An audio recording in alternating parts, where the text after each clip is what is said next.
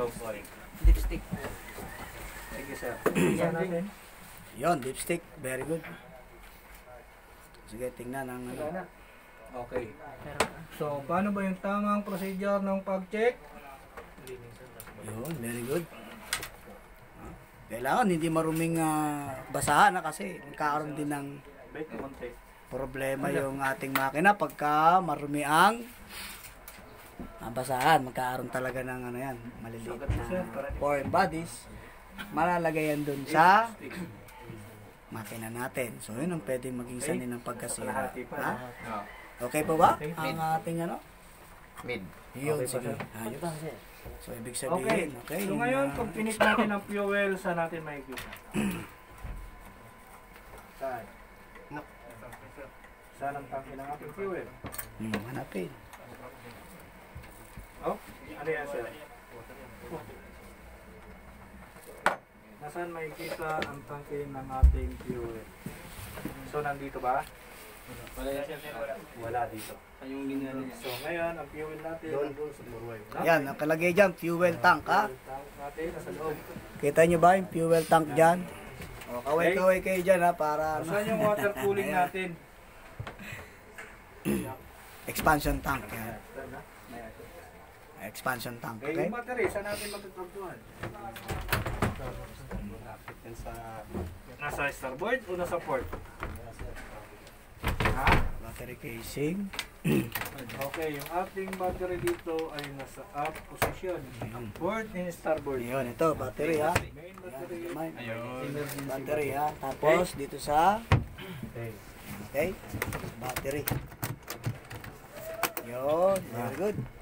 Yan, battery. Ilan ba yung ano? Types of lifeboat? Ano yung tatlo? Open, close. Ang triple ba ay lifeboat? Yes, Sir. Sinong nagsabi? Kami sir. Hindi maisip. Oh? Sigurado ba kayo? Kayo, sa palagay nyo, sa sarili ninyo, ang triple ba ay lifeboat? Yes, sir. So, hindi lifeboat ang triple. Ano ang triple? Types of launching. Launching light. Dibit yan siya. Anong ginamit na lifeboat? Gravity. Totally enclosed lifeboat.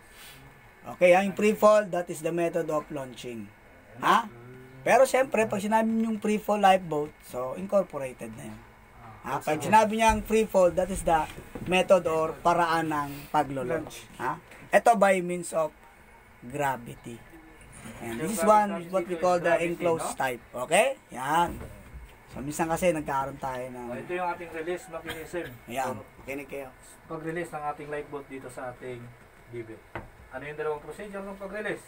Unload and offload. Unload and offload release. Offload, nasaan ang lifeboat? Nasa tubig na. Paano nyo napatunayan na kapag ang lifeboat na sa tubig is offload? Nakatanggal na yung Anong dahilan? Wala nang weight sir. Okay, wala nang weight, wala nang tension sa pulse wire. Sabihin, yung bigat ng lifeboat, hawak na ng tubig. Okay? Ano ang tawag pag ang lifeboat na sa tubig? Offload. Si Sir lang tumawa. Waterboard ang tawag doon. Okay? Offload procedure. Daming naliligaw dyan, no? Unload, nasaan ang lifeboat? About 2 meters. 2 meters, napakababa. Gano'ng kataas? 1 meter. Okay? 1 meter above the water lang. Unload procedure. So ngayon is, ang procedure natin is offload. Okay?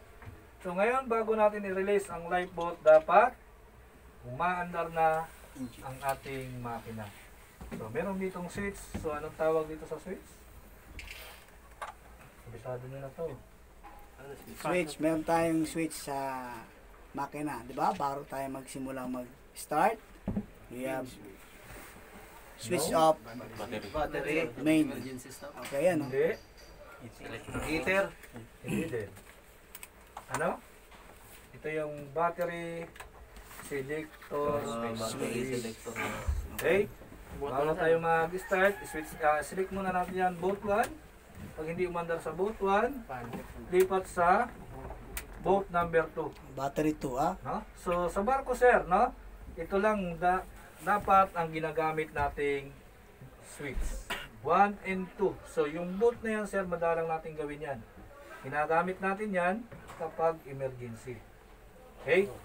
Dito sir, malalaman nyo kung meron ng diferensya ang isang battery. Kung hindi kayo gagamit ng boat. Halimbawa, yung battery 1 natin is may diferensya na.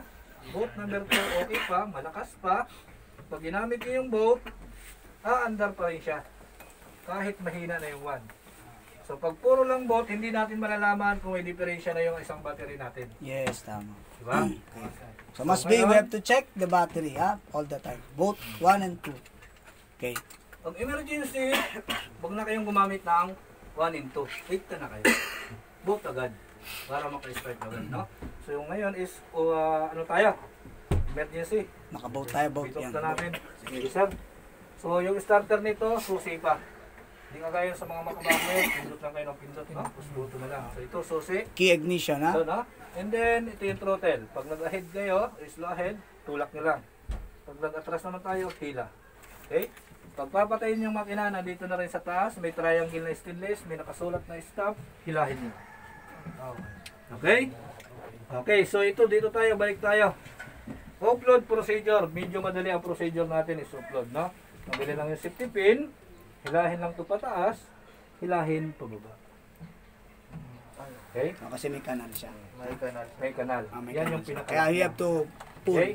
Ha? Paano natin nasabi na upload na tayo? So dito natin makikita sa indicator. So nakatutok yung indicator natin sa kulay pula. Ibig sabihin, yung interlock niya naka-disengage na dito sa ating release handle. So kapag nasa kulay green yan, no? Hindi natin ito marirelease. Kahit dalawa kayo ang maghila. Okay? Ngayon medyo madali. Paano kung may encounter nyo? On-load procedure. Paano natin marirelease ang lifeboat kung yan nasa kulay green? Anong gagawin? Paano manual? Ha? Reset mo na sir yung hook for model option, saka i-reset ito.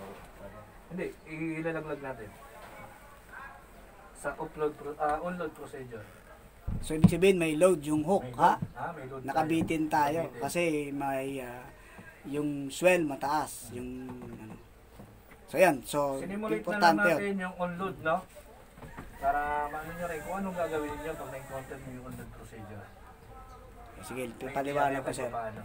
Release sir? Yes, sir. Release. I-release natin ang lifeboat, no? Naka-onload procedure. Pag naka-onload tayo, yung indicator na to nakatutok sa kulay green. Pag nasa kulay green yan nakatutok, ibig sabihin yung ating release handle nakalock. So pag nakalock yan, kahit dalawa kayo ang maghila, hindi nyo to mapapagalaw.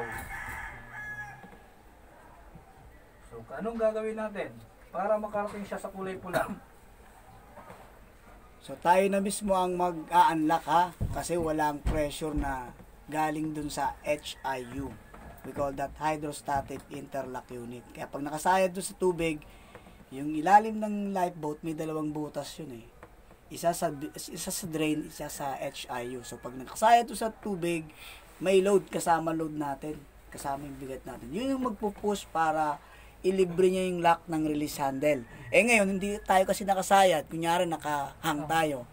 So, walang tutulak na puwersa dun sa lock, sa interlock para ma-release niya yung lock ng release handle. So, ang mangyayari, tayo ang magre-release ng lock. Tama ba yun, sir? Okay? So, ang gagawin lang, no, sa ano talaga ito is naka-cover. No? May glass. Kung kailangan Nakatipid ng basagin, glass. babasagin. So, ang gagawin lang natin, break the glass, gamitin nyo na lang to. Ayan. No? Kung kailangan, kung Then, kailangan. lalihin nyo lang siya papunta sa kulay pula. Yan. So, gagamitin nyo yun, ha? Hindi yan mahirap ikot, sir. Hindi, sir. Hindi, Kahit kasi- kumain yan, okay lang yan. Guys, Hindi kasi, kayo may ipit. ano yan eh, Pero kung walang natatakot load. kayo o naiilang kayo, baka mapanis. Oo sir. Hindi, kinumay. Gamitan nyo nito. So, kaya-kaya niyong itaas yan kasi wala namang load Wala yan. yan load. No? Pinakalak lang siya dito. Nakalak lang siya dyan. Kuha. Sige. Oh, yan. Sige, run the Okay. engine. So, bago natin i-release, dapat umaandar ng makina. Sige. So, start the engine. Okay, start the engine. Hold na, kabila. Kabila. Kabilaan sir. Dito. Papunta sa kanan. Ikaw. Okay? Good. Sabi ng boss eh. So, driver. Ito ha. Okay, release. Ba't lang ha?